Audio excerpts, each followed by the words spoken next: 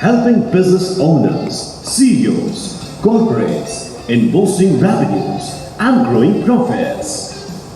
Recipient of Philip Kotler Excellence Award, serving corporates globally in restructuring business processes, systems, and right strategies for last 2 decades. Introducing a persuasive negotiator and a critical thinker, ICF certified coach and trainer, transforming business into success, contributing immensely to nation's growth.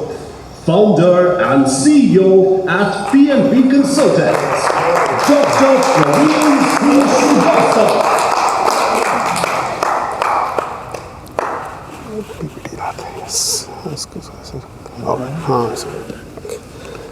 All right, Vande Mataram, everybody. So even my time has been curtailed from 30 minutes to 10 minutes because we are getting late. Okay. All right. Now it's okay? All right. So even my time has been curtailed from 30 minutes to 10 minutes.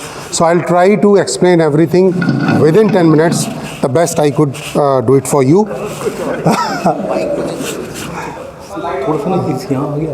All right. ठीक इसको cross कर. All right, so today's topic is how to grow your business to the next level. And this presentation is not only meant for those who have manufacturing, whether those who have services business, either they are chartered accountant or doctors or anybody else, because what we feel that the fundamental of the business remains same for everybody, right? So I'll just skip my introduction. I've written few books and one I'm going to write. We have spoken, so we'll talk about that. Friends, if you are struggling that how I can grow my business, how hard is to start a successful business, how can I make my business successful, my employees are not working, I am going to the office and by the time it is 4 o'clock, the day is gone and I'm not able to come out with anything very, very productive. I am struggling. I want to go to the next level.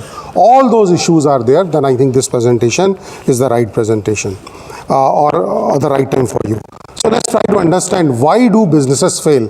And this is not what I came out as a research scholar, but the Indian Management Association, they came out with this research and they found out that basically 5% believe that they know everything and they need not to upgrade themselves. 7% businesses fail because of the wrong price positioning. 8% fail due to the lack of planning because they do not plan their business properly. But largely close to 80% is for two reasons. That number one is that we are not able to understand very clearly the market, the way we are working, competition, and the most important thing is that we do not track profit. Because we in India, businessmen, we are very much fascinated with the revenue. Oh, I have 10 crore worth of revenue. Now I have 15 crore. But in that game, we forget how much money we have made. Or we have made in the last, if I'll ask, अगर मैं पूछूं, I think mostly सभी यहाँ पे business owners हैं कि आपने net profit पिछले महीने कितना बनाया. So I think 50% लोग उसको track नहीं करते हैं. और यही सबसे बड़ा एक drawback है जो हमको करना चाहिए. Now, coming back to myth, जैसे जो मूवी की बात भी हो रही थी कि yes you need to believe yourself. तो पहला मिथ ये है कि हम जब आते हैं कहीं भी या अपना बिजनेस स्टार्ट करते हैं तो हमें लगता है कि यार हम बहुत छोटे हैं, क्या हम ग्रो कर पाएंगे कि नहीं. तो मेरा रिस्पॉन्स ये है आपको कि जो टाटा, बिरला, अंबानी जिनके हम नाम अभी सुन रहे हैं, फर्स्ट जनरेशन इन्होंने भी तो स्मॉल से स्टार्ट किया था. तो अगर वो बड़े बन सकते हैं तो हम भी बन सकते हैं, provided we should know that what they have done. वो क्या क्या चीज़ें उन्होंने करी हैं वो अगर हमें पता हो, अगर हम वो भी इम्प्लीमेंट करें तो हम भी उस नेक्स्ट लेवल पे जा सकते हैं. दूसरा मिथ है कि हम हमेशा क्रिप करते रहते हैं, अरे जीएसटी आ गया, अरे मार्केट डाउन है, अब ये हो गया, अब कोरोना आ गया एंड ऑल दोज थिंग्स. ठीक है, these are all a part of the business life. But आप ये बताइए, आप अगर अपने बिजनेस को देखते हैं तो क्या आप असेस कर सकते हैं कि इंडियन मार्केट में आपका कितना परसेंटेज है. अगर आपका परसेंटेज 5% है, 1% है, 2% है, हाउ डज इट मैटर कि कोविड आया और कोविड चला गया, या मार्केट डाउन है या मार्केट। तो हमें इस माइंड, हाँ अगर आपका 50% मार्केट शेयर है then I understand. So all I am trying to say that instead of cribbing की मार्केट खराब है और market is, please put entire your focus on how you should grow your business, right. Next is that again कि prime responsibility आपकी revenue नहीं है, आपका profit है, और प्रॉफिट पे आप ज़्यादा से ज़्यादा इसको देखें।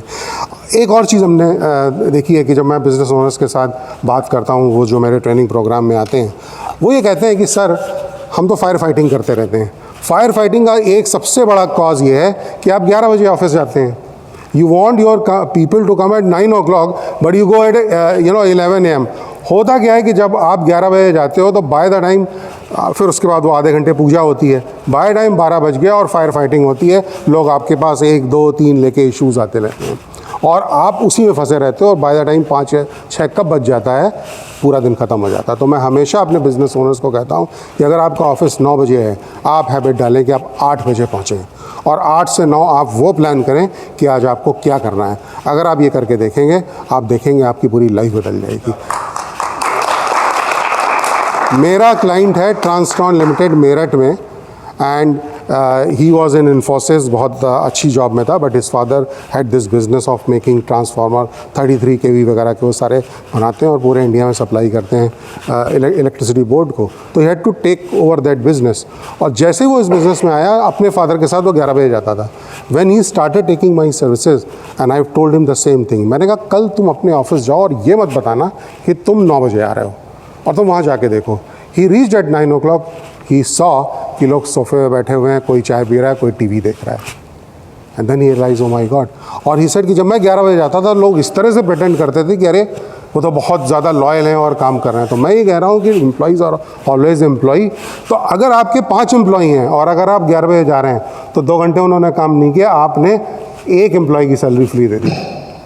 So very important that if you want to grow your business, first you need to be ruthlessly self-disciplined and start going to your office at 8 o'clock. You will be free by 4 PM, that's for sure.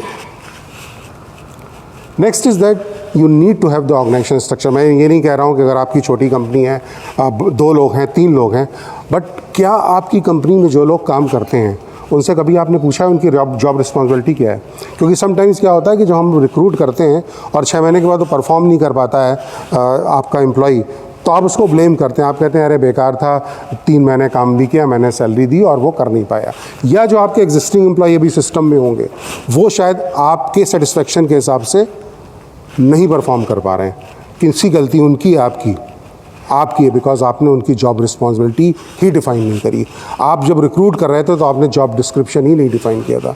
तो ये सारी चीज़ें बहुत छोटी छोटी चीज़ें हैं, और there are more than 300 strategies जो मैं अपने ट्रेनिंग प्रोग्राम में बताता हूँ। अगर वो सारी इम्प्लीमेंट कर ली तो मैं ये गारंटी करता हूँ कि 15 से 20% जो भी आपकी एग्जिस्टिंग लेवल का प्रॉफिट है वो ऑटोमेटिकली इंक्रीज़ हो जाएगा। बिकॉज हमारे बिजनेस में इतनी ज़्यादा इनएफिशिएंसी है, और उसको अगर ही हमने देखना शुरू कर दिया इंस्टेड ऑफ गोइंग आउटवर्डली, आपका काफ़ी जो है वो बिजनेस में फ़र्क आ जाएगा।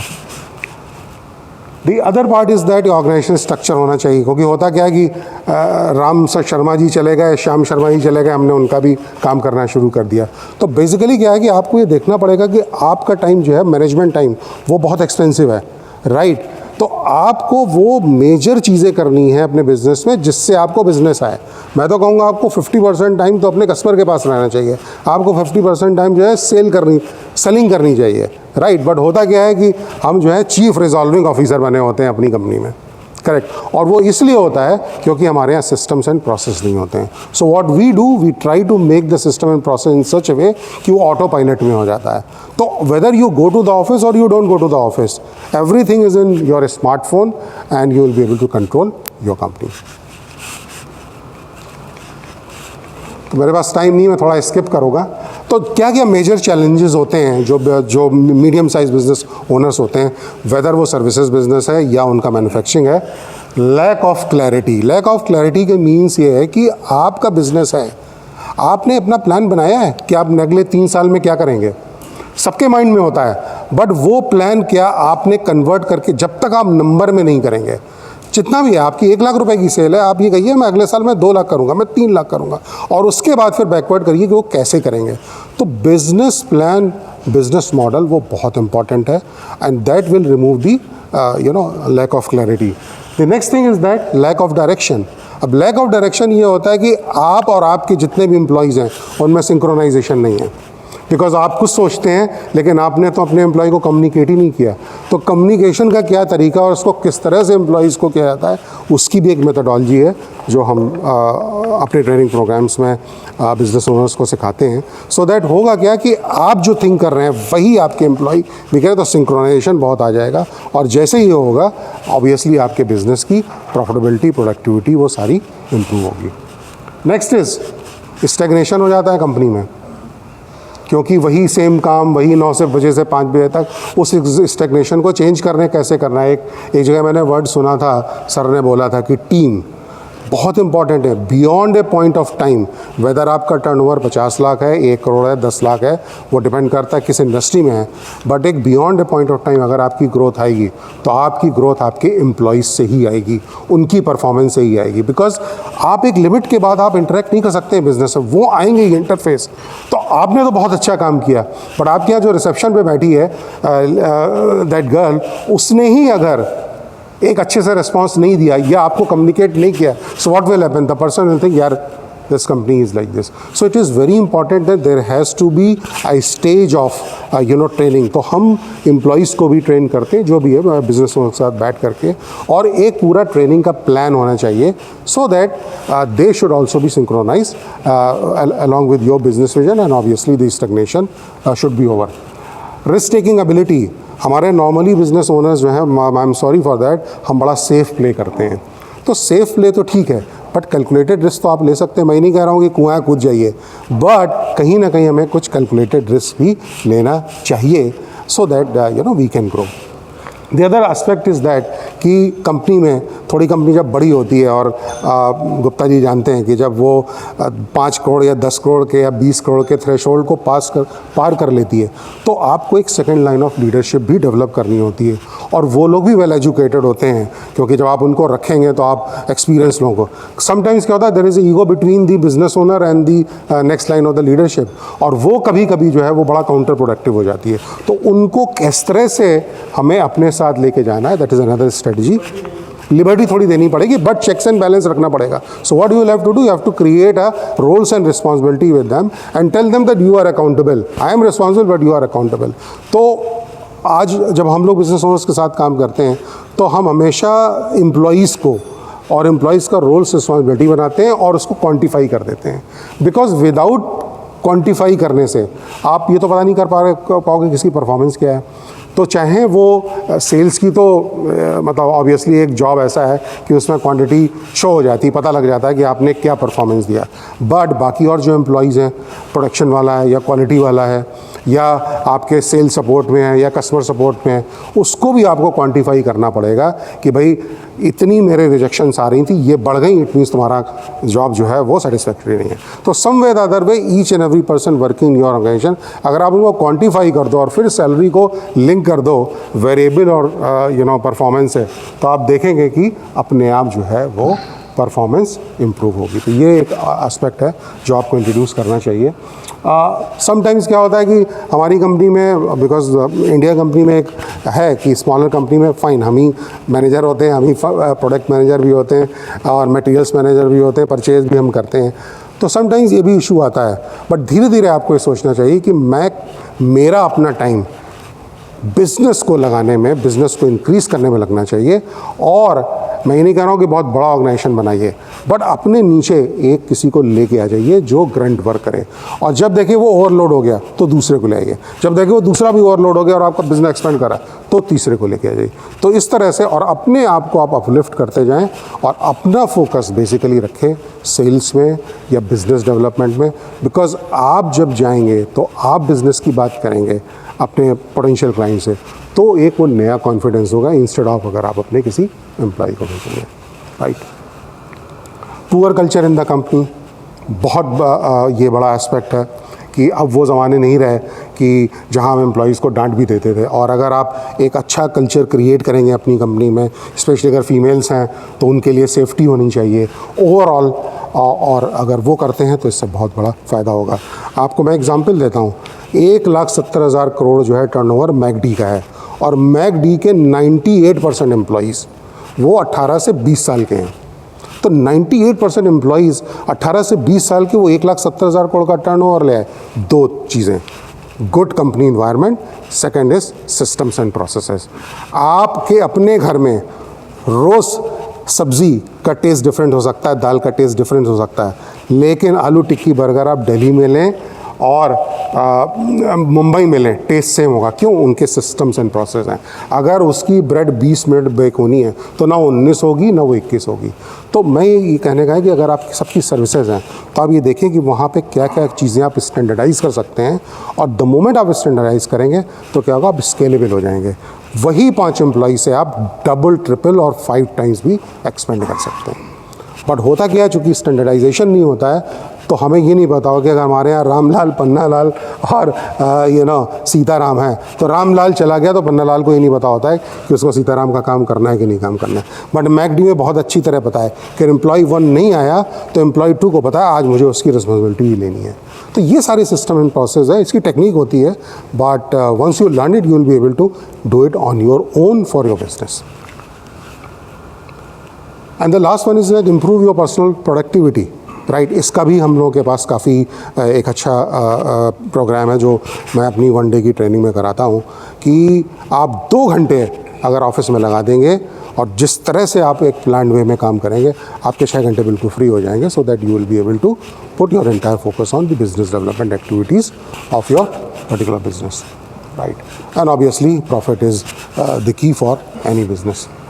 तो अगर फैमिली बिजनेस है तो उसमें बहुत से इश्यूज़ आते हैं। 2 भाइयों के बीच में झगड़े हो सकते हैं, फादर और बेटे के बीच में ईगो इश्यूज़ हैं, तो उसको भी हम लोग एड्रेस करते हैं अपने ट्रेनिंग प्रोग्राम में, और इस तरह से करते हैं कि वो आगे फ्यूचर में प्रॉब्लम नहीं आए। सपोज़ आपका बिज़नेस, आपके 3 बेटे हैं और आप तीनों को ही दोगे उसमें, तो आप शुरू से ही कुछ ऐसी रिस्पॉन्सिबिलिटीज़ या एक पूरा जो है उसका एक कॉन्स्टिट्यूशन बना लीजिए ताकि आपस में सिबलिंग्स में कोई भी टकराव नहीं हो। तो ये सारे चैलेंजेस हैं, और इसके अलावा जैसे मैं ये I love to show this कि एक केस स्टडी है कि कोई कंपनी है जिसका टर्नओवर पहले 5 लाख था और अब हो गया 20 लाख। तो ये कंपनी ग्रो कर रही है ना, यस और नो? ओके। जब इसका 5 लाख टर्नओवर था तो ये 75,000 था इसका प्रॉफिट, और जब 20 लाख हुआ तो 1.5 लाख डबल हो गया। कंपनी ग्रो कर रही है कि नहीं, यस और नो? ओके, कंपनी ग्रो नहीं कर रही है, बिकॉज होता है कि हम एब्सोल्यूट टर्म्स में देख रहे हैं। अब हम नेट प्रॉफिट अगर देखते हैं तो नेट प्रॉफिट में क्या हो रहा है कि पहले 15% मार्जिन था और अब 7.5% मार्जिन हो गया। तो ये अकाउंटिंग का खेल है, जो चार्टर्ड अकाउंटेंट है वो बहुत अच्छी तरह इस चीज़ को अंडरस्टैंड करते हैं। तो please start to track your net profit margin, चाहे आप सर्विस के बिज़नेस में हो या मैन्युफैक्चरिंग के बिज़नेस में हो, और मंथ बाई मंथ इसको ट्रैक करें।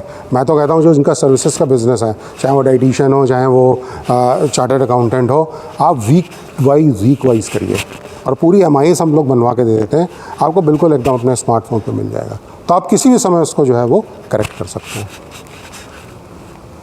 तो एनीवे, तो अब सीक्रेट क्या है, how to grow the business? तो ऑब्वियसली मैं अब सारी चीज़ें तो नहीं बता पाऊँगा बिकॉज 10 मिनट का मुझे टाइम दिया गया है, बट हाँ, आटू भी मेरे साथ कर लीजिएगा।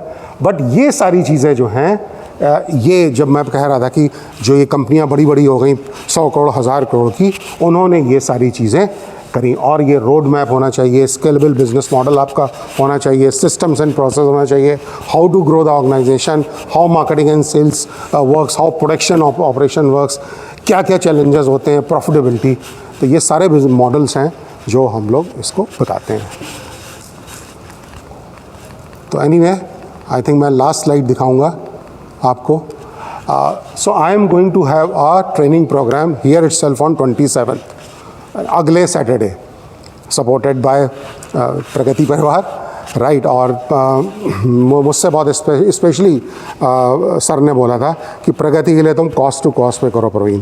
तो जो लोग बाहर से आ रहे हैं they are paying 5,000, but it's a full day programme with 2 tea and the 1 lunch here, and the charges are only 3,500, but for first 10 participants. तो जो अटेंड करना चाहें 9 to 5:30 यहाँ पे, they can tell me today because हमें उस हिसाब से वो यहाँ पे अरेंजमेंट कराना पड़ेगा. So this is all about me. Sir आप कुछ कहना चाहिए? 5 from this wing, other 5 तो आज ही आप इनको बता दें जो भी इस फुल डे ट्रेनिंग को लेना चाहते for the next level to growth. हमने इसको डिस्काउंट करा दिया है हैवीली कि सर जो होटल की कॉस्ट है उस पर ही कर दीजिए एंड हैप्पीली इज एग्रीड. आपके बिजनेस को नेक्स्ट लेवल पे ले आने के लिए फुल डे ट्रेनिंग अमित. और इस और इस ट्रेनिंग की ब्यूटी ये है कि जब आप ये ट्रेनिंग करेंगे उसके बाद कुछ चीज़ें मैं आपको बताऊंगा करने के, आप इम्प्लीमेंट करेंगे and then you will see कुछ इश्यूज़ आ रहे हैं. फिर आप मेरे ऑफिस में जब आएंगे तो मैं फ्री आपको 3, 4, 5 घंटे जो भी लगेगा हैंड होल्ड करके इम्प्लीमेंट कराऊंगा. बिकॉज आइडिया ये नहीं कि आप ट्रेनिंग करिए और ज्ञान मैंने दिया आप चले गए. अगर उस ज्ञान को आप इम्प्लीमेंट नहीं कर सके तो there is no value for the training. So I'll make sure that after the training I'll be with you and will ensure that you will get 100% result. This is the guarantee I can give it to you. All right. Thank you.